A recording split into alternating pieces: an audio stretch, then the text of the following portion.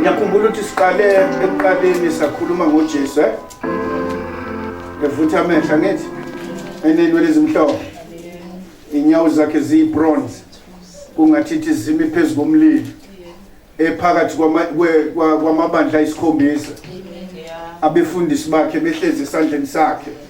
Angithi niya understand?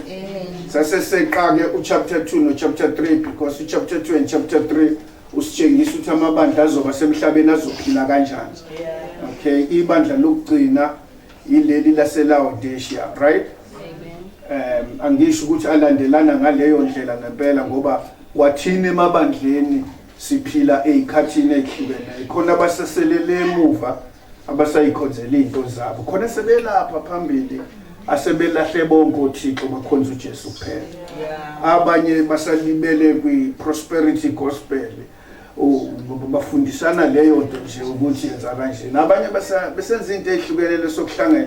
Kodwa mawusukubuka ngamehlo kaNkulunkulu, i-big chunk ilandelana njengoba uNkulunkulu eyikhulumile. Okay, yabo leli lokugcina leli la yethu Jesu khona ngisemnyango ngiyanqonqoza, yileli esikulona. Sungayibuza ukuthi into eyakhipha uJesu waziwama emnyango yini azanqonqoza acela ukungena ngaphakathi. Angobiso ufanele kube indawo kaNkulunkulu ahlala kuyona, anikezwe isitulo.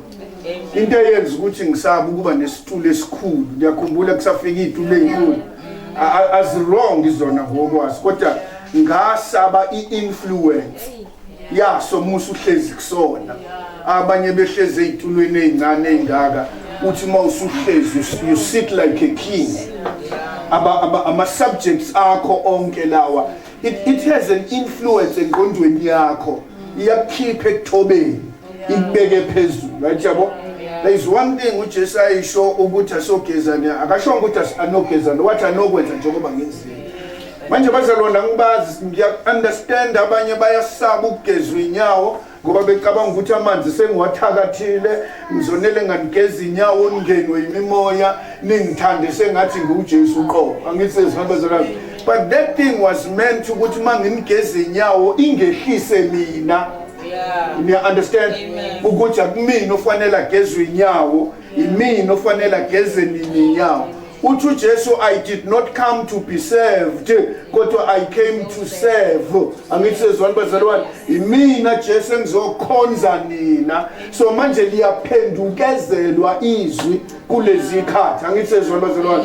So we've got to wake up. uNkulunkulu anibusise. I'm just saying ukuthi ibandla lokugcina will have ama signs ebandla laseLaodicea amaningi. Kodwa ngilisaba kakhulu yileli, angisale sengikusho lokho ngoba sekufikile, yileli athi uJesu ngimi ngisemnyango ngenze njani? Abesethi ozwa izwi lami ulizwa engakuphi? Engaphakathi.